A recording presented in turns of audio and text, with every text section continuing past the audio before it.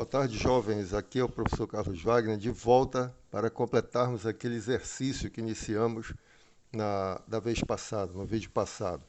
Então, o exercício, nós já fizemos uma construção, né? Já calculamos as derivadas, e agora queremos determinar, a função era essa, f de x igual a menos x ao cubo mais x ao quadrado mais 4x menos 4, né? Uma função real de uma variável real, né? Então, vamos pensar nas duas primeiras questões. Acha os intervalos nos quais f é crescente e acha os intervalos nos quais f é decrescente.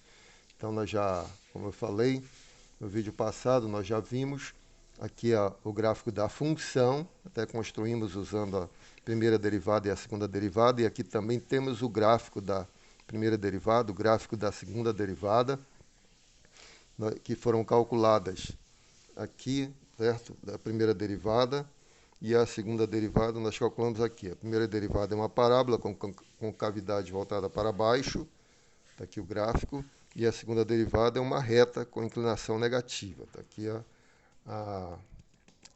o gráfico, né?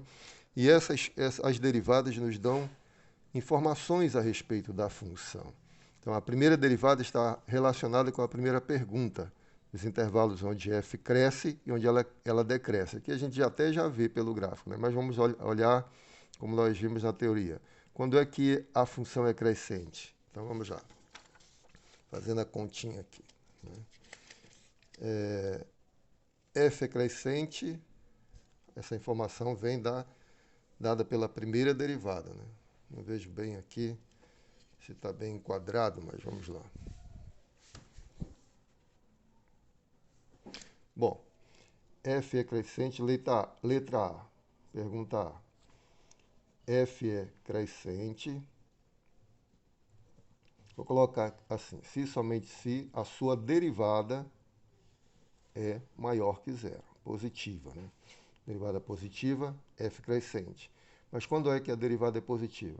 Eu poderia fazer as contas, mas as contas nós já fizemos, né? Nós determinamos aqui, aqui a função derivada. Nós determinamos, deixa eu destacar isso aqui, determinamos os seus zeros, aqui os seus zeros, né? 1 mais raiz de 13 sobre 3 e 1 menos raiz de 13 sobre 3, e a partir daí esboçamos o gráfico. E aqui no gráfico nós vemos claramente que a função f' é positiva entre as duas raízes, né? Entre o número 1 menos raiz de 13 sobre 3 e o número 1 mais raiz de 13 sobre 3. Então, aí você já pode responder, né, que f é crescente no intervalo de 1 menos raiz de 3 sobre 3 até, quando a f' é positiva, até o número 1 mais raiz de 13 sobre 3, tá bom? Então, já vou escrever a resposta. F é crescente, portanto, né, f é crescente no intervalo que vai de 1 menos raiz de 13 sobre 3 até 1 mais raiz de 13 sobre 3, tá bom? O bom de tudo é que você pode confirmar isso aqui olhando o gráfico da função, né? Está aqui o ponto 1 menos raiz de 13 sobre 3 e aqui o ponto 1 mais raiz de 13 sobre 3, tá? Conforme nós destacamos aqui no nosso gráfico de baixo. Então, a partir desse ponto até o outro, ponto A, o ponto B, a função cresce, né? A função é crescente, claramente, tá certo? A função cresce nesse intervalo. Então, não há dúvida. Onde a derivada é positiva, a função f é crescente.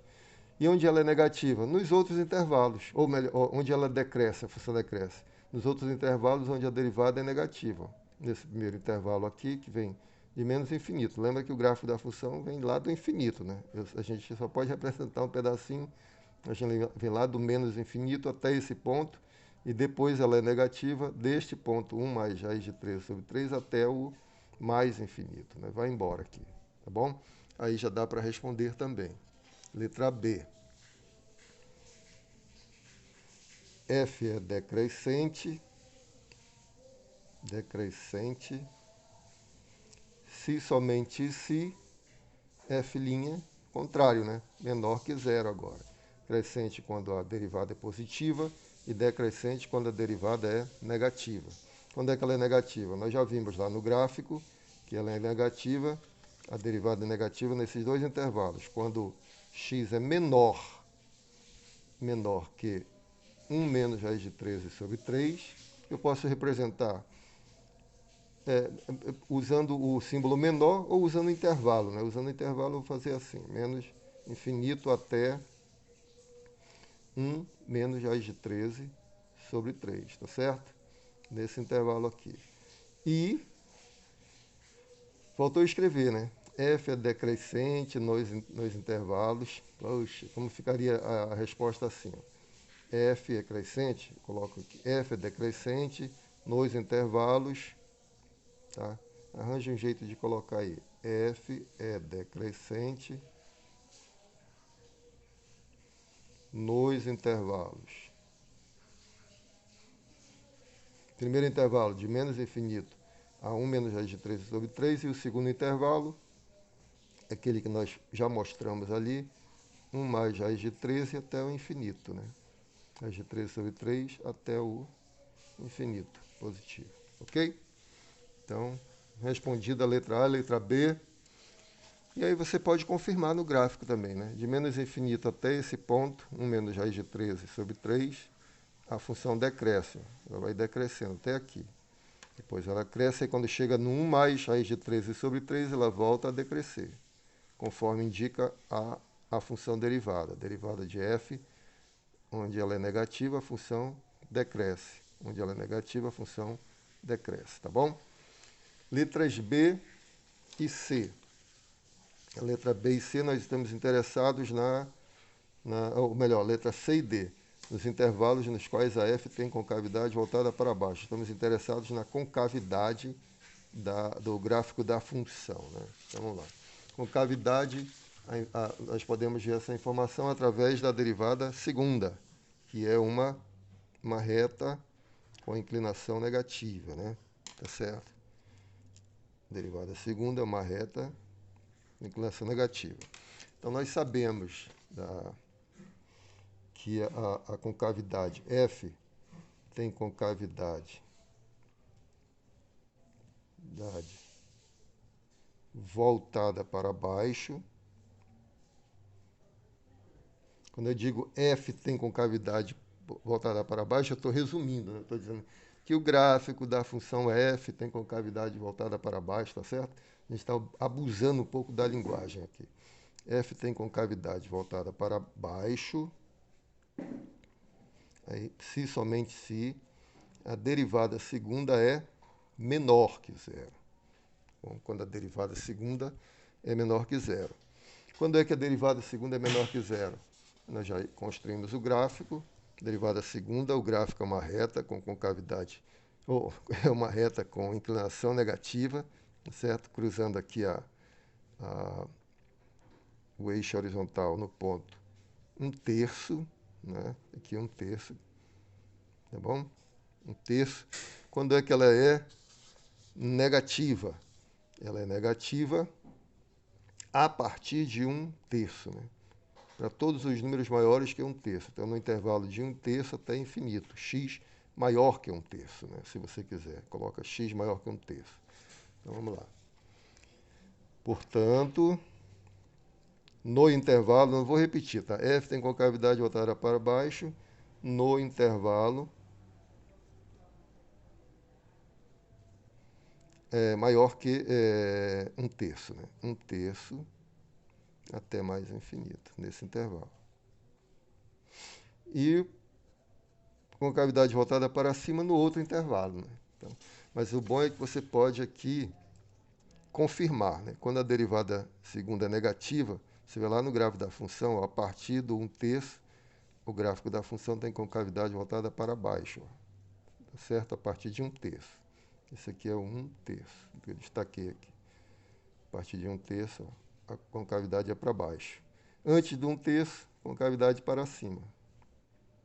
Até aqui ela curva para cima. A partir daqui ela curva para baixo, tá bom? Então vamos lá na resposta escrever isso. F tem concavidade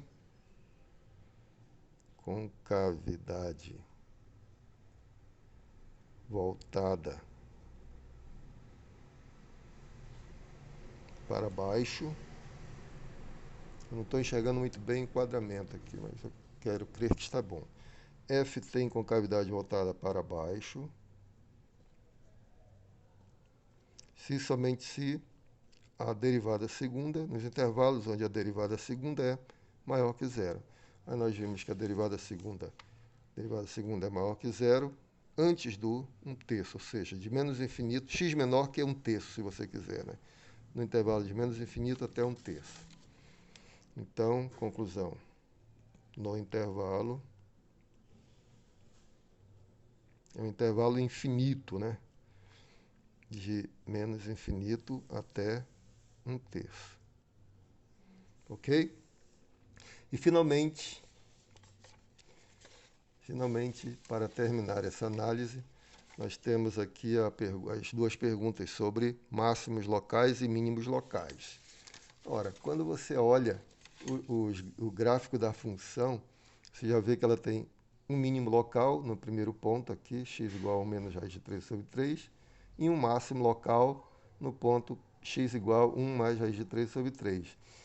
Por que local? Porque ele domina no intervalinho aqui fechado, no intervalinho aberto aqui, né?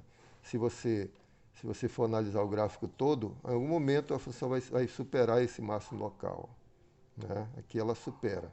E em algum momento, se você continuar aqui, a função vai ser menor que esse mínimo. Por isso é que ele é local, não é global, não é absoluto, é local, é só no intervalinho aberto aqui, tá certo? Então, nós vamos responder essa da seguinte forma. F tem... E quando é que você tem um máximo local? Quando a derivada é igual a zero, né? Então, a gente encontra esses pontos, esses possíveis pontos, na verdade, pontos candidatos a máximo e mínimo, que a gente chama de pontos críticos da F, quando a derivada tem os seus zeros, que são esses pontos aqui, 1 menos raiz de 3 sobre 13, raiz de 13 sobre 3, e 1 mais raiz de 13 sobre 3. E quando você observou lá, a função derivada, ela decresce até esse ponto, depois cresce. Se ela decresce, depois cresce, aqui você vai ter o mínimo, né? Então, você poderia analisar assim. Ela decresce, depois cresce, então você atingiu o mínimo. E aí, como você vê claramente aqui no gráfico. Por outro lado, no outro ponto, ela cresce, depois decresce, né? Cresce, depois decresce. É o que você vê aqui, ó. Ela cresce antes desse ponto e depois decresce. Aí você tem o máximo. É só escrever a resposta agora, né? Letra D. Letra E. Eu sempre erro a letra, né? Letra E. É o nervosismo. Quando eu estou diante de vocês, eu fico nervoso. Então vamos lá. Letra D. Deixa eu enquadrar aqui. Letra E. Na letra E, ele pergunta sobre os máximos locais. Aí você diz: F possui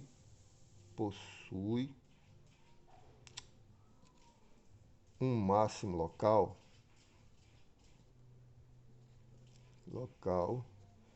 para x igual a 1 mais raiz de 13 sobre 3. Aí é a F. F possui um mínimo local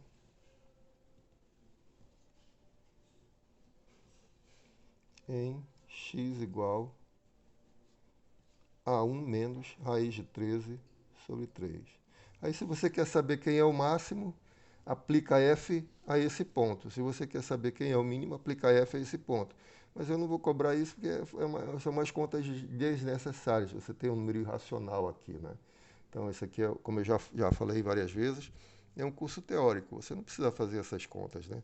Quando você estiver na prática, você vai estar lá com o computador, com a calculadora e tudo mais, aí você calcula isso aqui, né? Se você quiser, pode, mas aqui é desnecessário, tá bom? Um grande abraço, fiquem com Deus, até a próxima.